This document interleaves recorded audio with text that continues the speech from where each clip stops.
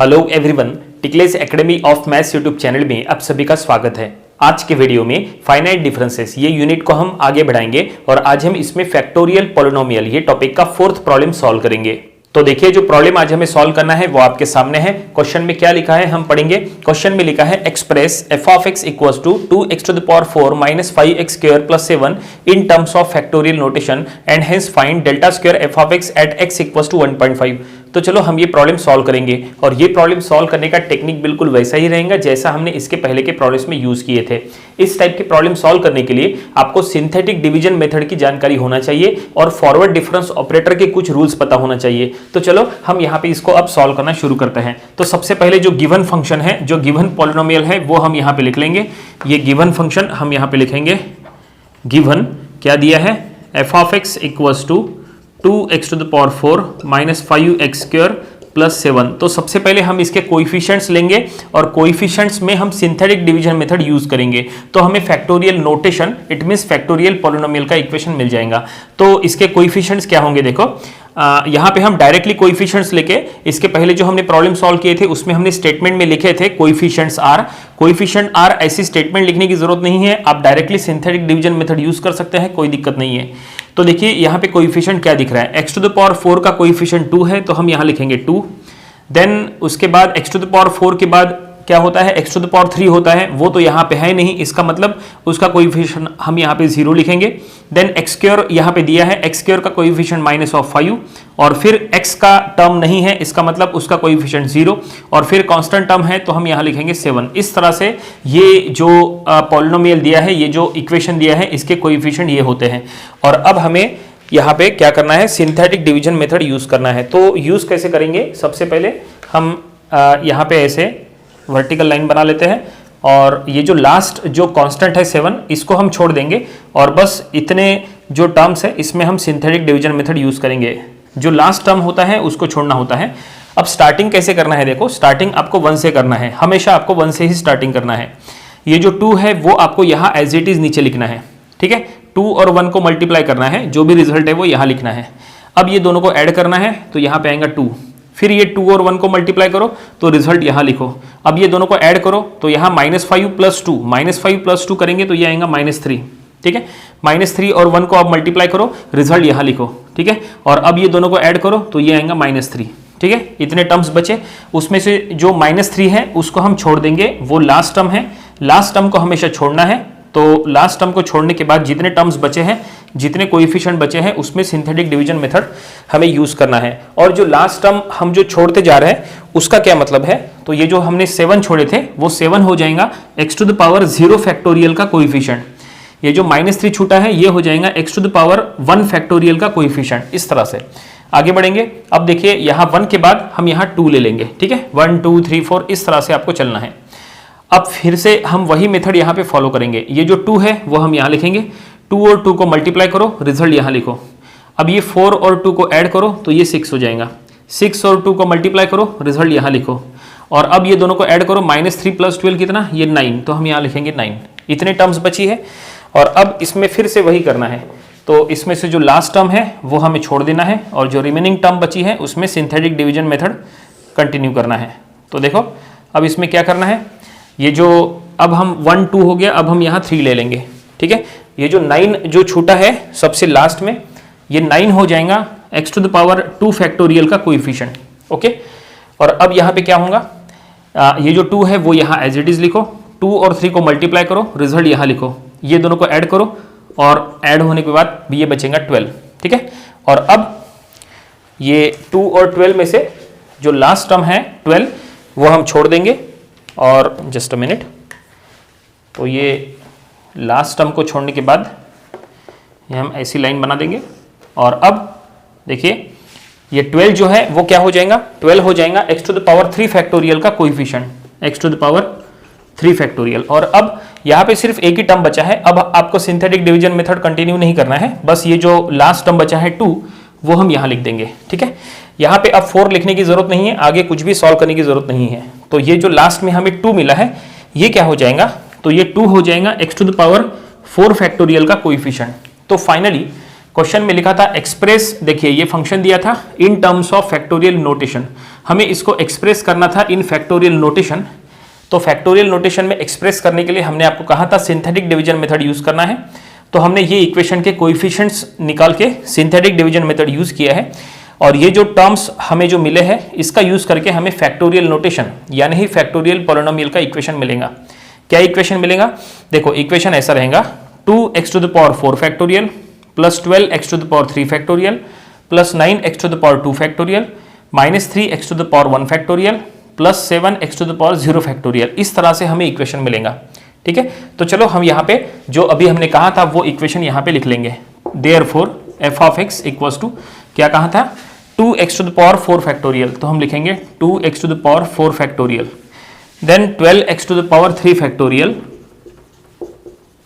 Then 9x to the power 2 factorial plus 9x to the power 2 factorial, then minus 3x to the power 1 factorial plus 7x to the power 0 factorial. देखिए जो हमने equation कहा था वो आपके सामने है, और अब ये जो हमें इक्वेशन मिला है यही है फैक्टोरियल पॉलिनोमियल, यही है फैक्टोरियल नोटेशन। तो यहां पे हम लिख देंगे this is the required factorial notation. तो ये हमने लिख दिया है this is the required factorial notation. लेकिन प्रॉब्लम यहीं पे कंप्लीट नहीं हुआ है। क्वेश्चन में कहा था कि फैक्टोरियल नोटेशन तैयार करो, तो वो तो हमने बना लिए, लेकिन क्वेश्चन में और भी कुछ लिखा है। क्वेश्चन में आगे लिखा है एंड हेंस फाइंड, देखो क्या लिखा है, and hence find delta square F of X at X equals to 1.5। ये हमें फाइंड आउट करना है, इसका वैल्यू हमें फाइंड करना है। अब यहाँ पे delta square F of x है। डेल्टा मतलब क्या? डेल्टा मतलब फॉरवर्ड डिफरेंस ऑपरेटर। अब ये फाइंड आउट करने के लिए हमें क्या करना पड़ेगा? ये जो हमें फैक्टोरियल नोटेशन का इक्वेशन मिला है हमें इसको डिफरेंशिएट करना पड़ेगा। इसको डिफरेंशिएट करना पड़ेगा। कितने बार हमें इसको डिफरेंशिएट करना पड़ेगा? हमें इसको 2 बार डिफरेंशिएट करना पड़ेगा। जब हम इसको एक बार डिफरेंशिएट करेंगे तो हमें डेल्टा एफ ऑफ एक्स का इक्वेशन मिलेगा। क्या कहा? डेल्टा एफ ऑफ एक्स का इक्वेशन मिलेगा एक बार डिफरेंशिएट करने के बाद। और जब हम डेल्टा एफ ऑफ एक्स के इक्वेशन को एक और बार डिफरेंशिएट करेंगे तब जाके हमें delta square F of X का इक्वेशन मिलेगा।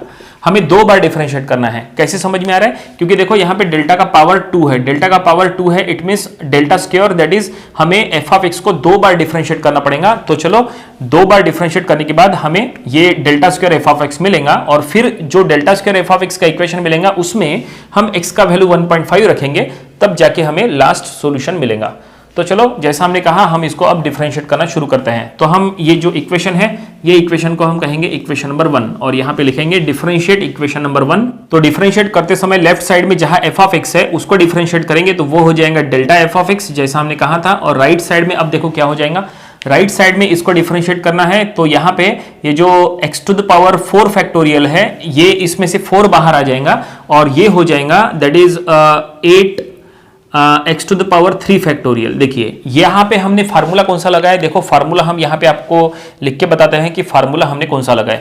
फार्मूला ऐसा है that is delta x to the power n factorial होता है n x to the power n minus 1। देखिए ये होता है फार्मूला, ये फार्मूले का यूज हम कर रहे हैं। क्या लिखा है? Delta x to the power n factorial होता है n x to the power n minus 1 factorial. ऐसा होता है, जो पावर होता है n वो बाहर आता है, और जो पावर है यहाँ पे वो 1 से कम हो जाता है। ठीक है, n बाहर आ गया, ठीक है यहाँ पे, और जो पावर है वो 1 से कम हो गया। तो यहाँ पे हम वही कर रहे हैं। यहाँ पे 2x to the power 4 factorial है, इसको हम डिफरेंशिएट कर रहे हैं। तो हमें क्या करना है, 4 जो है वो बाहर लेना है। जब आप 4 को बाहर लेंगे तो 2 से मल्टीप्लाई हो जाएगा तो 8 आ गया, और जो पावर है वो 1 से कम हो जाएगा तो 4 की जगह अब बचा है यहाँ पे 3, इस तरह से।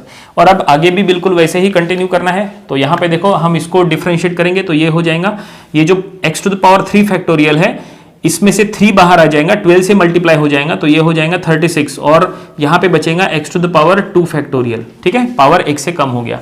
बिल्कुल यही प्रोसेस हम यहाँ पे कंटिन्यू करेंगे तो ये हो जाएगा 18x to the power 1 factorial, और यहाँ हो जाएगा minus 3x to the power 0 factorial. ठीक है, और यहाँ पे ये इसका डिफरेंशिएशन 0 हो जाएगा क्योंकि यहाँ पे x टू द पावर 0 है, तो ये 0 बाहर आ जाएगा तो पूरा टर्म 0 हो जाएगा। तो इस तरह से ये हमने एक बार डिफरेंशिएट कर लिए।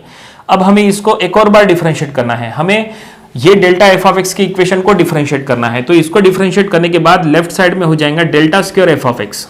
ठीक है, और राइट साइड में देखो क्या हो जाएगा, राइट साइड में डिफरेंशिएशन करते समय आपको फिर से यही रूल अप्लाई करना है। तो add x to the power 3 factorial, तो ये हो जाएगा 3, देखो 3 बाहर आ जाएगा तो ये हो जाएगा 24x to the power 2 factorial. ठीक है, पावर जो है वो 1 से कम हो गया, और ये जो 3 है वो बाहर आके 8 से मल्टीप्लाई हो गया।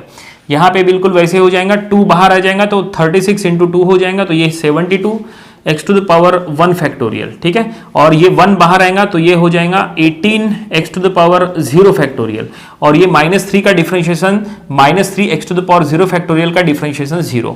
तो फाइनली ये हमें क्या मिला, ये हमें delta square F of X का इक्वेशन मिल गया।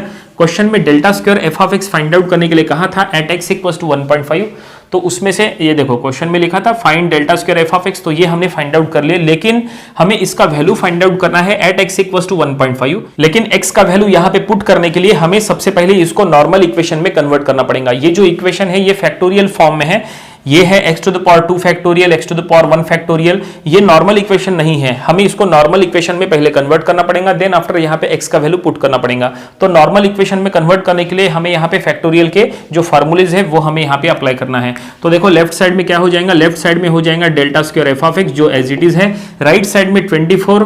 अब देखिए यहाँ x to the power 2 factorial है, x to the power 2 factorial यानी ही x इंटू x माइनस 1, ठीक है, plus 72 X to the power 1 factorial यानी ही x प्लस 18 और x to the power 0 factorial, ठीक है, x to the power 0 factorial माने 1 होता है, तो वो हमने यहाँ इस तरह से ये हमने इक्वेशन बना लिया। ये अब नॉर्मल फॉर्म में आ चुका है।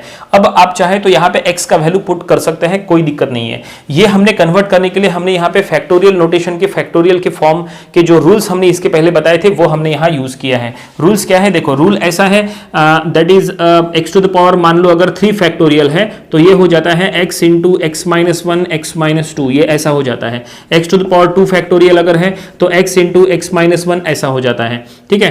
अगर x to the power 4 factorial है तो x into x minus 1 x minus 2 x minus 3 ये ऐसा होता है, ठीक है।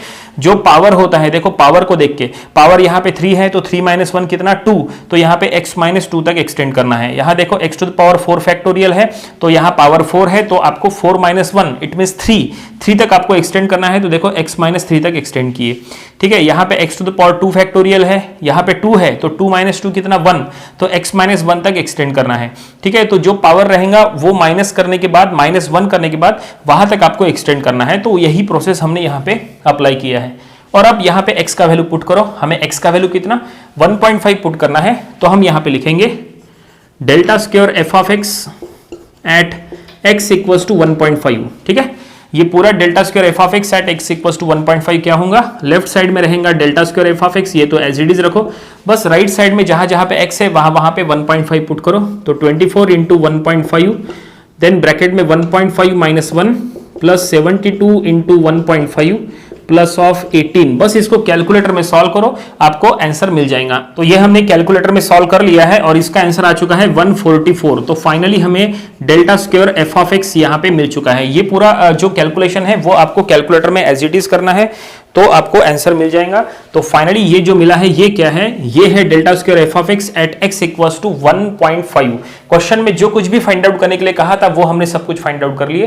क्वेश्चन में कहा था सबसे पहले ये एक्सप्रेशन को हमें एक्सप्रेस करना था इन फैक्टोरियल नोटेशन, तो वो हमने ये फैक्टोरियल नोटेशन का इक्वेशन बना दिए। देन हमने delta square F of X find out करना था एट एक्स इक्वल्स टू 1.5, तो वो हमने ये निकाल लिए। प्रॉब्लम यहीं पे कंप्लीट हो गया। उम्मीद करते हैं कि ये प्रॉब्लम आपको समझ में आया होगा। ये था फैक्टोरियल पॉलिनोमियल, ये टॉपिक का प्रॉब्लम नंबर 4। इसके पहले जो हमने इसके 3 प्रॉब्लम्स लिए थे वो भी आपको स्टडी कर लेना चाहिए, और इसके आने वाले वीडियोस में हम इसके और भी नंबर ऑफ प्रॉब्लम्स कवर करेंगे ताकि इसकी अच्छी खासी प्रैक्टिस हो जाए। तो मिलते हैं नेक्स्ट वीडियो में। Thank you very much.